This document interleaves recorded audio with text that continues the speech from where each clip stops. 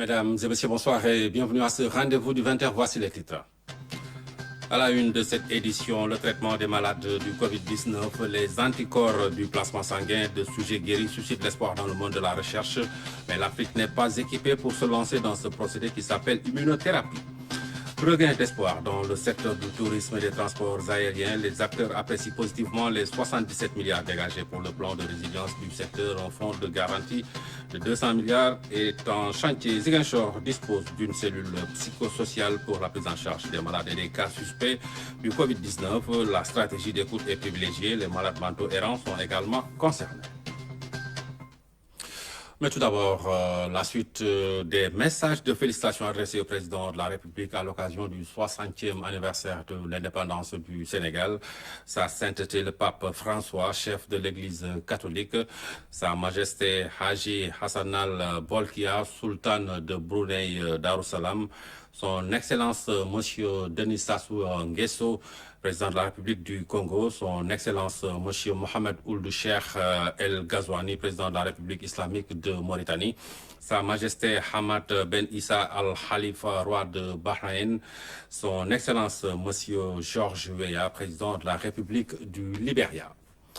La situation du Covid-19, le Sénégal enregistre 21 nouveaux cas ce jeudi, 19 cas contacts suivis et 2 cas issus de la transmission communautaire. Voici le docteur Marie-Khémesse Ngom Ndiaye, la directrice générale de la santé au micro de François Seck. Je m'en vais vous lire la situation de l'épidémie de Covid-19 au Sénégal. Ce jeudi 16 avril 2020, le ministère de la Santé et de l'Action sociale a reçu les résultats des examens virologiques ci-dessous. Sur 435 tests réalisés, 21 sont revenus positifs. Il s'agit de 19 cas contacts suivis par nos services, 2 cas issus de la transmission communautaire. 4 patients hospitalisés ont été contrôlés négatifs et déclarés guéris. L'état de santé des patients hospitalisés est stable. À ce jour, 335 cas ont été déclarés positifs, dont 194 guéris, 2 décédés, 1 évacué et donc 138 sous traitement. Le ministère de la Santé et de l'Action sociale exhorte les populations au respect scrupuleux des mesures de prévention individuelle et collective.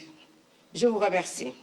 Et également, Tambacounda enregistre 12 nouveaux cas, ce qui fait un total de 21 cas positifs. Ils sont tous actuellement hospitalisés dans le centre dédié à Tambacounda. Voici les explications du gouverneur au micro de Tchorodien. Aujourd'hui, la région compte 21 cas positifs au coronavirus. Je précise que les 9 précédents sont déjà dans notre centre de traitement de l'épidémie. Ils se portent bien selon les médecins et les spécialistes qui ont contact avec eux. Et pour les 12 déclarés positifs, ce matin, leur transfert est en cours vers le centre de traitement.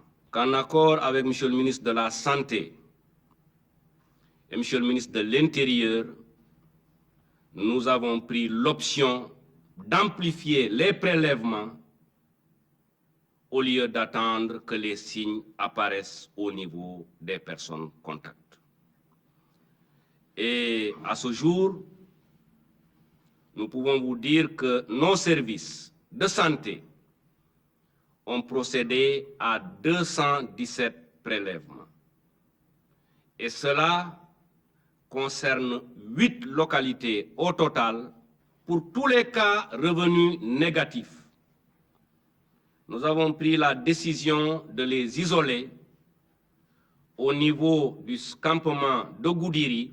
Pour les 22 personnes que nous avions confinées au niveau du département de Bakel, elles sont sorties de notre dispositif puisque le délai que les autorités médicales devaient respecter a été respecté. Donc chacun parmi eux a pu regagner sa famille et son domicile. Voilà donc l'information Tambacounda qui enregistre 12 nouveaux cas, ce qui porte le total à 21 cas positifs dans la région. Traiter des malades du Covid-19 par des anticorps du plasma sanguin de sujets guéris. C'est l'espoir actuellement dans le monde de la recherche. Cette technique déjà employée pour quelques maladies infectieuses pourrait-elle marcher avec le Covid? Des tests ont commencé dans certains pays du Nord. Quant à l'Afrique, elle ne dispose pas d'équipement de pointe pour se lancer dans la course. Le procédé s'appelle immunothérapie et le directeur du Centre national de transfusion sanguine l'explique dans ce reportage signé Omar Diaw. Dans les laboratoires, la course au remède est lancée. On annonce de nouvelles molécules à l'essai et diverses combinaisons. Mais une autre piste prometteuse est celle de l'immunothérapie par l'utilisation du plasma de malades déjà guéris. Ces anticorps-là, on peut les retrouver dans le plasma et ce plasma peut être transfusé pour renforcer le système immunitaire des patients qui ne sont pas encore guéris. L'utilisation des anticorps développés par un sujet à la suite d'une infection microbienne n'est pas une nouveauté en tant que telle. L'utilisation du plasma des convalescents est une vieille technique qui a été déjà utilisée pour certaines maladies infectieuses. Si la piste de l'immunothérapie est encourageante, elle reste une voie qui nécessite une méthodologie assez complexe et des équipements particuliers qui n'existent pas toujours dans nos pays. Il est préférable de les prélever par des appareils qu'on appelle des appareils d'aphérèse. Ces types d'appareils ne sont pas encore utilisés. Il faut aussi qu'on puisse titrer les anticorps et qu'on puisse identifier le type d'anticorps, parce que c'est vrai qu'il y a des anticorps qu'on dit neutralisants qui sont plus efficaces. Du nord au sud, les laboratoires tournent à plein régime pour pouvoir mettre à la disposition des soignants une arme thérapeutique efficace et sans danger. Nous sommes devant une pathologie où il n'y a pas encore un traitement spécifique. Et donc le vaccin, il ne faut pas attendre une application d'ici à peu près 1 an. Les autres traitements aussi sont à l'étude. Peu importe que cela vienne de la chimie de synthèse ou d'anticorps produits naturellement par un organisme, l'espoir est permis, même s'il doit être mesuré. Facilité de crédit, allègement de la dette ou encore moratoire des mécanismes qui ont marqué l'actualité de cette semaine dans le cadre de l'appel à la solidarité nationale. Ces financements et facilités sont les bienvenus dans ce contexte de crise financière sans précédent. Décryptage de ces mesures avec la représentante résidente du FMI au Sénégal dans ce reportage signé Arnaud. Elle a un nom, cette crise économique que la planète traverse, Great Lockdown ou le grand confinement. Pour le FMI qui donne le nom, il est probable qu'elle soit la pire récession depuis la crise de 2009. Le fonds a dû multiplier les sorties, activant au passage des mécanismes de financement urgents. Parmi ceux-ci, la facilité de crédit est l'instrument de financement rapide. Et ils sont par conséquent adaptés une situation dans laquelle un programme économique à part entière n'est ni nécessaire et ni faisable. Pourquoi? Par exemple, dans le cas actuel, les besoins sont urgents, le choc est transitoire et la capacité de mise en œuvre des pays est réduite. C'est à ce titre que le FMI a approuvé un décaissement de 266 milliards de francs CFA pour le Sénégal, un financement rapide qui a profité à 8 autres pays africains. Maintenant, les conditions de ces prêts sont très favorables pour la facilité de crédit rapide. Le taux d'intérêt est de 0 avec une période de grâce de 5 ans et demi est payable dans 10 ans. Et pour l'instrument de financement rapide, le taux d'intérêt est de 1% et est payable entre 3 ans et demi et 5 ans. Dans la foulée, le FMI a accordé à 25 pays un allègement immédiat de la dette. Il s'agit de ceux aux revenus par habitant inférieurs à 1 175 $, ce qui a exclu le Sénégal de cette liste. Le revenu par habitant du Sénégal est supérieur à 1 400 $. De plus, la dette du Sénégal vis-à-vis du FMI est très faible. En fait, moins de 3 milliards de francs CFA. Donc, même si le Sénégal avait bénéficié de cet allègement, l'impact sur le service de la dette aurait été négligeable. Le Sénégal figure sur une autre liste, nous confirme la représentante résidente du FMI, celle des 77 qui viennent de bénéficier d'un moratoire sur la dette, moratoire accordé par le G20 ce mercredi. Bien sûr, Sénégal est sur cette liste. Nous saluons la décision de G20. C'est une suspension des remboursements des crédits officiels bilatéraux à partir du 1er mai jusqu'à fin de l'année. Et ces remboursements peuvent être payés pendant les prochaines 3 années. Et donc, les conditions sont plus souples pour ces pays. La somme avoisine une vingtaine de milliards de dollars, de quoi permettre aux pays concernés de consacrer ces ressources aux actions de riposte. Le secteur industriel se positionne dans la lutte contre le Covid-19. Les entreprises qui fabriquent des gels hydroalcooliques et des masques veulent équiper les Sénégalais avec ces moyens de protection. Le ministre de l'Industrie a visité quelques sites industriels. Voici le reportage de Ousmane Doya. La croisade menée par l'État du Sénégal contre le Covid-19 est l'affaire de tous. Explorer l'univers des industries sénégalaises et leur conférer une orientation ciblée sur le dispositif de prévention, de sa fabrication à sa distribution sur le marché. Depuis qu'on a ouvert notre société en 1989, on n'a jamais eu une visite du ministre de l'Industrie. Et vraiment, ça, c'est pour la première fois que quelqu'un de l'industrie qui vient nous faire la visite. On peut livrer environ 1000 cartons par jour et ces 1000 cartons sont répartis selon la quantité de gel-main qu'elle peut prendre. Donc on peut multiplier ces 1000 cartons par 40 et vous obtiendrez environ 40 000 gel-main par jour. Et le premier jour, il a dit, vous arrêtez toutes les chaînes, vous me faites du gel. Toutes les chaînes, arrêtez-moi toutes les chaînes. On a été les premiers à respecter aussi les mesures de lutte contre cette pandémie. Il y a eu des problèmes de spéculation au niveau du secteur informel. Nous avons, de ce fait, pris la décision de contacter les répartiteurs pharmaceutiques compte tenu de leur grand pouvoir de distribution. Autre lieu visité, autre défi à relever, celui de la disponibilité des masques barrières pour tout Sénégalais. Et là, que d'efforts consentis par le chef de l'État qui rassure, selon les professionnels du secteur. Après avoir fait le recensement de certaines zones, au niveau du département de Guédiawaye, on a recensé plus de 1000 et quelques artisans disposés à travailler dans ce sens. Hier, on a eu à distribuer 50 000 masques à l'ensemble des terres qui sont dans la banlieue, pour tout simplement faire ce travail en respectant les normes. En mode marathon, le temps d'une journée, le ministre du Développement industriel et des petites et moyennes industries s'est voulu très clair quant à l'expertise Made in Sénégal pour satisfaire la demande des masques barrières et du gel hydroalcoolique face à la propagation du Covid-19. L'association sénégalaise de normalisation a élaboré en urgence une norme pour les masques barrières et une autre pour les gels alcooliques. Alors, ces normes seront bientôt d'application obligatoire et sont disponibles sur le site de l'ASN.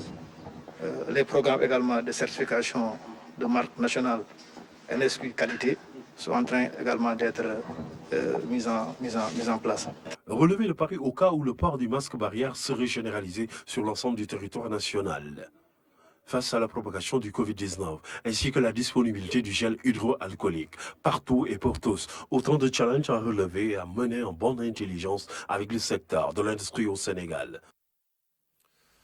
Les effets du Covid-19 sur les transports aériens et le tourisme sont ressentis par tous les acteurs. Pour les accompagner dans cette période difficile, le gouvernement a mis en place un fonds de 77 milliards. Un fonds de garantie doté de 200 milliards va également alimenter la trésorerie des entreprises du secteur. Covid-19, le plan de résilience du tourisme et des transports aériens, c'est le grand format signé Cheikh Bamba Gueye. Le tourisme, c'est parce qu'il est un véritable moteur de croissance dans la mise en œuvre du plan Sénégal émergent que le président de la République a mis en place un plan de résilience pour atténuer les effets du Covid-19. Une enveloppe de 77 milliards est répartie comme suit. 45 milliards pour Air Sénégal, 15 milliards de crédits hôteliers pour une enveloppe qui ne dépassait pas 3 milliards, 12 milliards pour les hôtels réquisitionnés, et 5 milliards pour les entreprises et agences. Une enveloppe quasiment de 77 milliards a été retenue pour le secteur touristique et transport aérien. Et donc justement, au niveau des crédits hôteliers, les acteurs vont se réunir jeudi prochain pour démarrer dès à présent la mise à disponibilité de ces fonds auprès des entreprises qui sont impactées. Des fonds qui serviront justement à alimenter la trésorerie pour permettre aux entreprises de pouvoir supporter les impacts de la crise Covid, mais aussi commencer à travailler aussi sur de la mise à disposition des fonds pour l'investissement touristique, pour leur permettre justement d'améliorer leur offre touristique, mais aussi préparer l'avenir. D'emblée, le syndicat patronal de l'industrie hôtelière dirigé par Mamadou Rassinsi salue ces mesures et surtout leur caractère diligent. Nous tenons à saluer la disponibilité du ministre Alioune Sarr, qui est, je veux dire, à notre écoute H24. Qui prend en compte nos préoccupations et je dirais que c'est un exemple, n'est-ce pas, à donner. Le secteur du tourisme dont il assure la tutelle aujourd'hui et les transports aériens sont les secteurs les plus impactés par le Covid-19 et nous sommes très sensibles à la capacité d'écoute que le ministre nous montre tous les jours. Aujourd'hui, nous avons eu une séance de travail instructive, positive mais franche et cordiale, où nous avons dit au ministre d'être notre interprète auprès du chef de l'État, le président Macky Sall, pour lui dire toute notre satisfaction pour les mesures qui ont été prises, notamment sur les 100 milliards. Injecter 77 milliards dans le secteur du tourisme n'est pas quelque chose qu'on peut sous-estimer. Dans cette enveloppe de 77 milliards, 12 milliards seront sortis pour payer les hôtels réquisitionnés. Dans cet hôtel situé au Lac Rose, on salue la mesure avec patriotisme. Ça aussi, c'est une très bonne nouvelle. Bon, je pense que bientôt, tout ça sera réglé. Parce qu'on a fait des factures qu'on a envoyées aux services compétents. Mais ils nous ont donné des garanties comme quoi ils vont tous nous payer. L'État est en train de nous accompagner, surtout à travers avec les impôts. Parce que je pense que jusqu'au mois de juillet, les impôts sont gelés. Donc ça, c'est une très bonne nouvelle aussi. Air Sénégal, fleuron de la flotte aérienne sénégalaise, va bénéficier de 45 milliards pour la relance de ses opérations. Cette enveloppe conséquente aura sans nul doute un impact important sur l'ensemble des transports aériens. Il y a plus de 7000 personnes qui travaillent au niveau de l'aéroport. Ça, c'est les emplois directs, sans compter les emplois indirects. Eh bien, ces emplois peuvent être protégés par les mesures, vont être protégés d'ailleurs par les mesures, parce que 45 milliards pour Air Sénégal, 5 milliards pour les agences nationales, les entreprises nationales comme la NACIM qui s'occupe de sûreté. Vous savez, s'il n'y a pas de sûreté et de sécurité, on ne redémarre pas notre aéroport. Donc ces agences, la SPT qui s'occupe de la promotion touristique, il y a 5 milliards pour ces agences. Et les emplois seront sauvegardés à ce niveau. Le fonds de crédit hôtelier, qui n'avait jamais dépassé 3 milliards de francs CFA, est maintenant porté à 15 milliards de francs CFA par le chef de l'État. Absolument, le crédit hôtelier n'a jamais atteint ce montant. 15 milliards injectés dans le crédit hôtelier et avec la BNDE et également l'ADER, d'autres options d'avoir des fonds supplémentaires sont également là. Ça permet de montrer en tout cas l'importance justement du chef de l'État, l'importance qu'il accorde au secteur touristique. Et naturellement, avec les entreprises que nous avons ici, nous allons pouvoir justement gérer l'impact de cette crise, mais surtout préparer la relance et le redressement de notre secteur touristique. À la direction de la réglementation touristique, ce fonds sera inclusif mais tiendra compte de toutes les rigueurs. Aujourd'hui, M. le ministre a suggéré quand même à ce qu'on puisse élargir un peu l'éligibilité aux restaurants touristiques, aux autres acteurs, notamment les indépendants, les guides de tourisme. On sera le plus inclusif possible. Donc, ce sera pour les hôtels 5 étoiles, le plafond a été fixé à 300 millions. Donc, pour les hôtels 2 et 3 étoiles, c'est fixé à 200 millions et pour les autres catégories à 100 millions. Le transport aérien, avec ses chaînes de valeur, sera redynamisé avec un secteur touristique repensé, arrimé à de nouvelles stratégies de promotion. Qui vise un peu la promotion du tourisme intérieur. Parce qu'aujourd'hui, comme vous le savez, ça montre encore une fois que les Sénégalais doivent s'approprier notre destination Sénégal.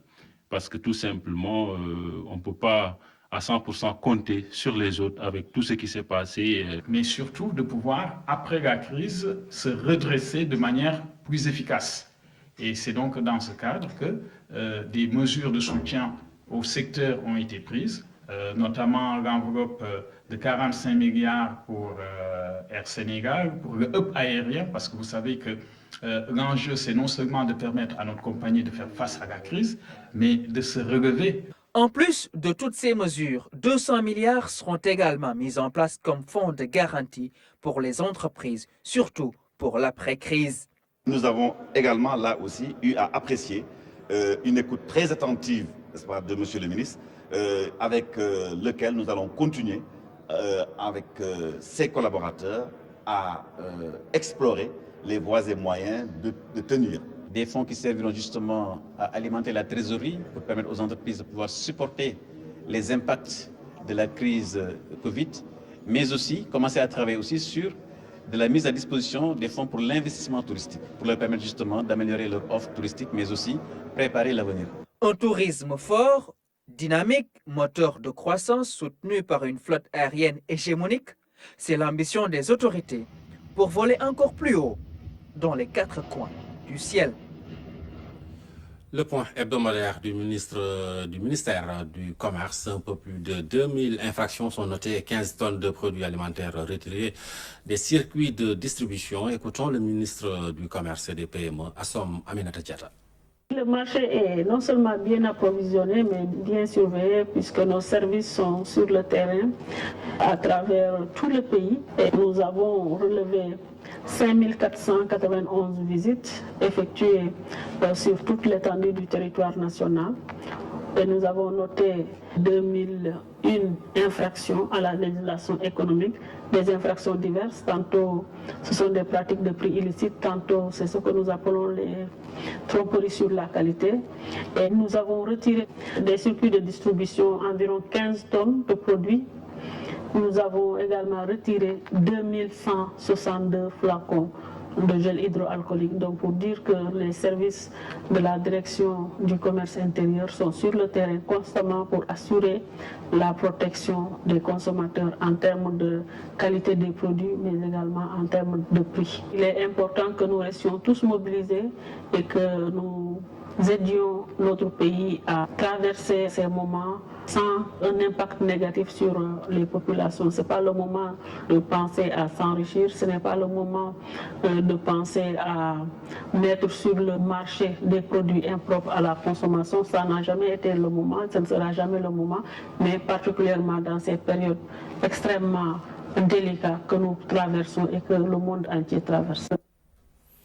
Contrôle et sensibilisation des automobilistes et voyageurs, la direction des transports routiers lance l'opération.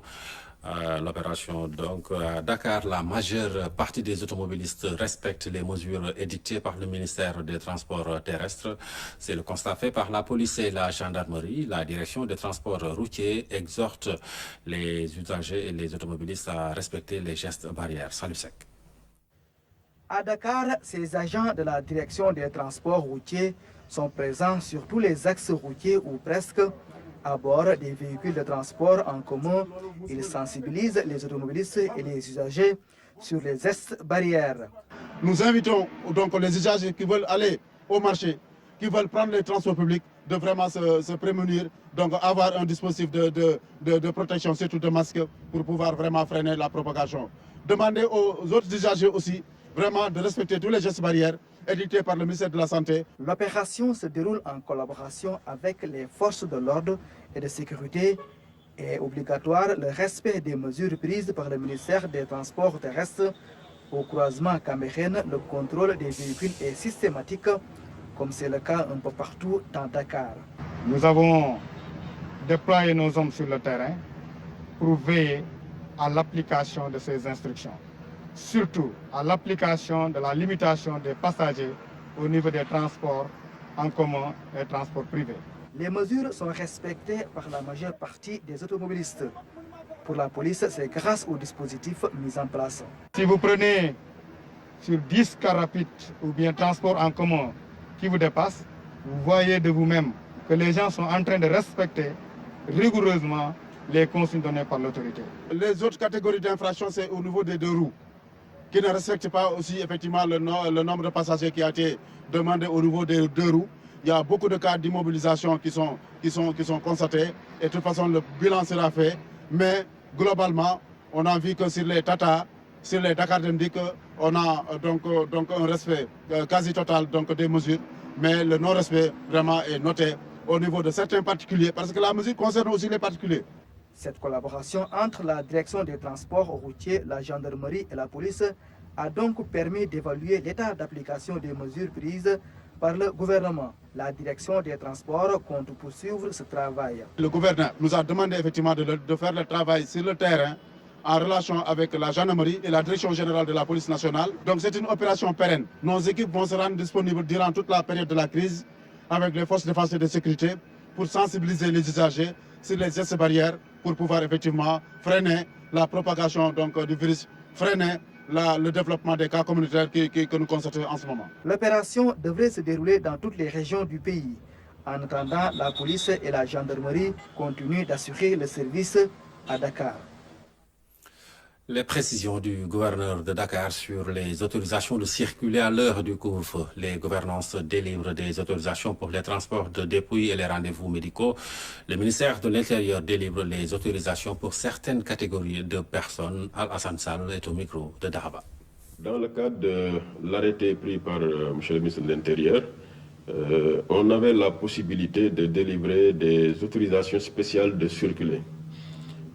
Pour une certaine catégorie d'agents qui, par rapport à leur activité, avaient besoin peut-être de circuler à des heures où vraiment la circulation était restreinte ou tout simplement interdite. Alors, il y a également des catégories d'agents qui, de par l'arrêté même, ont la possibilité de circuler librement. Il s'agit évidemment des députés, des magistrats, des gouverneurs, des adjoints, des préfets, sous-préfets, etc. Donc, il y a également les avocats, etc. Et il y a également une possibilité qui est donnée aux véhicules qui transportent les marchandises de circuler librement. Maintenant, en dehors de cela, il y a possibilité de délivrer des autorisations pour d'autres personnels. Donc, récemment, le ministre de l'Intérieur a pris un arrêté pour réglementer cela. Et réglementer en demandant à ce que nous, gouverneurs et préfets, que nous ne puissions désormais délivrer des autorisations que dans deux cas. Première situation, c'est pour le transfert de restes mortels. Lorsque, par exemple, il y a un décès dans la région de Dakar et que le défunt doit être enterré dans une autre région, là nous avons la possibilité d'accorder une dérogation pour que le défunt puisse être conduit là où il doit être enterré. C'est la première situation. La deuxième situation, c'est en cas de maladie. Lorsque l'intéressé est souffrant et doit évidemment honorer un rendez-vous médical. Là, nous avons la possibilité de lui délivrer une autorisation spéciale de circuler pour raison de santé. À part ces deux dérogations, il y en a une troisième, c'est pour raison professionnelle. Nous tous savons qu'il y a le couvre-feu, il y a l'état d'urgence, mais le pays doit continuer à fonctionner. Donc il y a des des métiers qui ne doivent pas connaître d'arrêt. Lorsque vous travaillez sur l'électricité, sur les télécommunications, etc., alors vous avez la possibilité de demander une dérogation pour raison professionnelle, les entreprises. Mais pour ces types d'autorisation, il n'y a que le ministre, désormais, le ministre de l'Intérieur, qui ait la possibilité de les délivrer. Donc, à part ces trois, il n'y a plus de possibilité de délivrer une quelconque autorisation spéciale de circuler pour qui que ce soit. Dans la ville de Rufisque, le programme Promoville déroule son programme de construction de voiries tout en respectant les règles édictées par les autorités sanitaires. En visite sur place, la coordonnatrice a salué les mesures prises par les entreprises et l'avancée des travaux à Diop. Ce panneau n'indique pas une déviation, mais rappelle les gestes barrières dans ce contexte de coronavirus. Les chantiers du programme Promoville s'adaptent. Ici, sur l'axe boulangerie Ibrahima Ndao, la coordonnatrice a trouvé un chantier qui avance de manière satisfaisante et un respect strict des règles d'hygiène. On remarque que tous les ouvriers ont mis leur masque et c'est des visites qu'on va multiplier dans tous les tronçons, dans tous les chantiers pour vérifier que même avec cette situation sanitaire, les travaux continuent, mais en prenant en compte les dispositions qui sont édictées par le ministère de la Santé. Tout d'abord, on a diminué les horaires de travail. C'était de 8 à 17, maintenant c'est de 8 à 16. On a mis en place un système de transport collectif tout en tenant compte des nombres maximum de passagers. Ces travaux sont financés par la Banque islamique de développement et concernent la route reliant Médinatoul Mounawara au lotissement Finkone et l'axe entre boulangerie Ibrahima Ndao et la route de Sangalkam. Ici, l'entreprise a respecté une recommandation de Promoville par rapport à l'implication des jeunes riverains des chantiers. Le recrutement de la main-d'œuvre locale est un paramètre important pour lequel nous avons insisté pour toutes les entreprises. Et je constate, il est heureux de constater ici que l'entreprise a bien pris en compte ce paramètre, que tous les jeunes qui travaillent sur ce projet sont issus soit de Bargny ou de Rufisque. Si nous sommes sur l'axe Ibrahima Ndao où on a déjà terminé le terrassement. Nous sommes sur la chaussée, la couche de base, fondation est déjà réalisée à 90%. Maintenant, ce qui reste, c'est la couche de base et le revêtement. À la ville de Rufisque, 10 km de linéaire sont prévus par Promoville pour un montant de 19 milliards de francs CFA. Pour l'instant, les travaux avancent au niveau des chantiers concernés et les axes routiers seront bientôt livrés. Les radios communautaires ont un grand rôle à jouer pour freiner la progression de la pandémie du Covid-19. Elles sont présentes au cœur des communautés et parlent toutes les langues.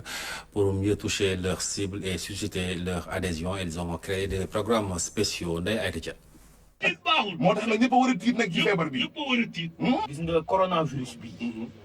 l'humour pour mieux sensibiliser les populations sur le Covid-19. À la radio communautaire Guédiawaye FM, les programmes ont été complètement chamboulés pour mieux prendre en charge cette nouvelle donne. À Guédiawaye FM, on donne la parole souvent au président d'ASC, aux Badjanougor, aux imams, aux maires, aux élus locaux, à tous ceux-là qui sensibilisent. À part 10-11 coronavirus que l'on fait ici à Guédiawaye FM, on fait aussi une émission de sensibilisation avec l'humoriste Tan Bombay et Dadi Diallo, c'est de 11h30 à 12h30. À 12h30, on fait un journal en Wolof exclusivement et à 13h30, on fait des brèves en langue nationale, c'est-à-dire en Djola, en Pulaar, en Ndiago, vu qu'ici il y a une forte communauté Ndiago, en Socé et en Serer. Idem à Oxygène FM, situé en plein cœur de Pikine. Plus de 70% des programmes est réservé à la sensibilisation et à la lutte contre le Covid-19. De plus en plus, on parle de cas communautaires. Et quand on parle de cas communautaires, il serait essentiel de s'adresser à ces communautés-là pour que les gens prennent les dispositions qu'il faut pour un peu arrêter un peu la propagation de ce virus. Que les communautés parlent, leur parler sans pour autant les vexer, leur parler, leur expliquer un peu ce qui est, quelles sont les règles barrières, avec des gestes, avec des mots, mais également sans pour autant les vexer. C'est un élément qui est très essentiel. Faire comprendre aux gens qu'est-ce que c'est le Covid, qu'est-ce qui est en tout cas recommandé, comment tout le monde sait comment on se lave les mains. D'accord? Mais par rapport à ces dispositions qui sont prises, la manière de se laver les mains a un peu changé. Donc, il faut bien frotter les mains. L'Union des radios associatives et communautaires du Sénégal, qui compte une centaine de membres un peu partout au Sénégal, déroule un plan d'action. On a mis en place un plan d'action qui consiste à produire des émissions avec les structures de santé au niveau le plus bas vraiment jusqu'au niveau le plus élevé, mais aussi à faire des spots de sensibilisation dans toutes les langues nationales, mais aussi à mettre en contribution surtout les acteurs culturels locaux. Avec les nombreux cas communautaires signalés depuis quelque temps, les radios proches des populations ont un important rôle à jouer parce qu'elles sont issues de la communauté. Voilà pour la partition des radios communautaires dans la riposte contre le Covid-19. Pour une prise en charge efficace des malades du Covid-19, le ministère de la Santé a mis en place une cellule psychosociale. Celle de Ziguinchor accompagne les malades et les cas suspects avec des stratégies d'écoute. Les malades mentaux errants sont aussi pris en charge. Kaltom Gueye. Dans le cadre de la lutte contre le Covid-19, la prise en charge de l'aspect psychosocial est très importante. À Ziguinchor, une cellule de veille est mise en place pour accompagner et les malades et les personnes mises en quarantaine. Plusieurs stratégies sont utilisées, un suivi à distance à travers des appels téléphoniques et l'organisation de groupes de parole. Qui vont permettre à toutes ces personnes de pouvoir verbaliser le vécu qu'ils ont pu avoir dans le cadre de la prise en charge. Mais aussi le soutien psychosocial à distance, ce qu'on appelle le soutien psychologique à distance. Pourquoi nous avons opté pour ce type de prise en charge? C'est pour ne pas mettre en contact les intervenants, les gens qui sont là pour pouvoir les prendre en charge, au contact de ceux qui sont malades. C'est juste pour pouvoir réduire, voire annuler l'exposition de ces individus. Un travail qui rejoint celui effectué au niveau national. Pour le ministère de la Santé, cette étape est cruciale. L'intérêt de ce parcours que nous faisons, c'est de voir l'effectivité des cellules régionales de soutien psychosocial au niveau des différentes régions et que ces cellules puissent intégrer aussi bien la composante psy, donc psychologue, psychiatre et les autres, mais aussi la composante assistante sociale, et ce qui explique l'implication au niveau de chaque région du chef de service de l'action sociale pour pouvoir assister et soutenir toutes les personnes qui sont impliquées directement ou indirectement dans cette épidémie. En cette période marquée par le Covid-19, les malades mentaux errants font partie des plus exposés. Un dispositif pour les protéger est conçu, mais pour plus d'efficacité, les familles doivent s'impliquer. Pour ces malades mentaux errants, ce n'est pas un problème directement lié à l'épidémie, mais c'est un problème social que l'épidémie a trouvé dans notre pays. Donc la solution qu'on a trouvée, ce n'est pas une solution juste pour l'épidémie, mais c'est une solution pérenne et durable. La première chose, c'est de remettre la famille au centre de la prise en charge. Aujourd'hui, tous les malades mentaux qui sont dans la rue ont quitté des maisons, la plupart, sauf ceux qui ont quitté des pays voisins. Ils ont quitté On est dans cette sensibilisation de dire à ces familles que les malades mentaux, ils ont une prise en charge possible, disponible au niveau des centres de santé mentale. C'est le cas au niveau du centre psychiatrique Émile Badiane de Ziguinchor. Ici, des mesures strictes sont instaurées. Tout est mis en place pour assurer la protection de ces personnes vulnérables. Le Covid-19 sur le continent, l'Union africaine lance un programme de distribution d'1 million de tests rapides pour renforcer la fiabilité des données. Dans la sous-région, le G5 Sahel s'est réuni pour mettre en place une réponse commune des pays du Sahel. Pape Bounatiao. La disponibilité des tests est un aspect important dans la lutte contre le Covid-19. L'Union africaine annonce ainsi qu'à partir de la semaine prochaine, 1 million de kits de tests seront distribués aux pays du continent. Une opération qui sera conduite par le Centre de contrôle et de prévention des maladies CDC qui estime à plus de 15 millions les besoins du continent en tests rapides. Cette distribution de kits de tests entre dans la mise en œuvre d'un nouveau programme appelé Partenariat pour accélérer les tests du Covid-19.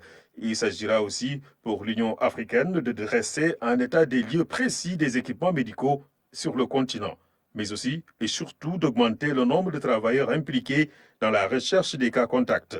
Toujours dans la lutte contre le coronavirus, les pays du G5 Sahel se sont réunis pour la première fois pour définir un plan d'action face à cet ennemi qui, disent-ils, est pire que le terrorisme. Les ministres des Affaires étrangères ont donc convenu de mettre en place une approche commune basée sur la prévention et l'équipement des hôpitaux. Les pays membres du G5 Sahel ont également fait le point de la situation sécuritaire avant de dire leur adhésion totale à l'idée d'annuler le service de la dette des pays pauvres sur le continent. La LONASE fait encore un heureux gagnant. Bassirou Fall a empoché à 13 600 000 francs en jouant au loto. Même dans ce contexte de coronavirus, la LONASE tient au paiement rapide des parieurs. Amel Diop. L'histoire de ce jeune parieur de la LONASE est particulière. Bassirou Fall avait demandé à son jeune frère de lui choisir 4 bons numéros. Ce choix fait par hasard lui a permis de gagner 13 600 000 francs et même lui n'en revient pas. J'étais un peu ému, donc un peu surpris quand même. C'est une surprise, je ne m'attendais pas à voir une telle somme. Même si, il faut le dire, j'ai l'habitude de gagner là, mais je pense vraiment que c'est une belle somme. Sur la ville. Dans ce contexte de ralentissement des activités économiques, le dispositif de paiement mis en place par la LONASE et Editech fonctionne. L'objectif est d'assurer la continuité du service. Il n'y a pas de mi-temps pour le loto. On continue à distribuer des lots. Donc, vous avez dit encore exactement, c'est le 3e gagnant. 3e gagnant. Demain, vous allez voir, il y a un 4e gagnant qui a été gagné hier encore. Donc voilà, la LONASE et Première Sénégal est heureuse et fière de remettre ses gains aux joueurs et aux parieurs qui nous font confiance. Nous faisons nos activités en respectant scrupuleusement vraiment les mesures édictées vraiment pour lutter contre la provocation du Covid-19. Donc c'est pour rassurer nos parieurs que nous continuons nos activités de manière normale, mais en veillant non seulement à accompagner l'État vraiment dans sa croisade contre le Covid-19, parce que nous avons quand même participé à l'effort de guerre, comme on dit.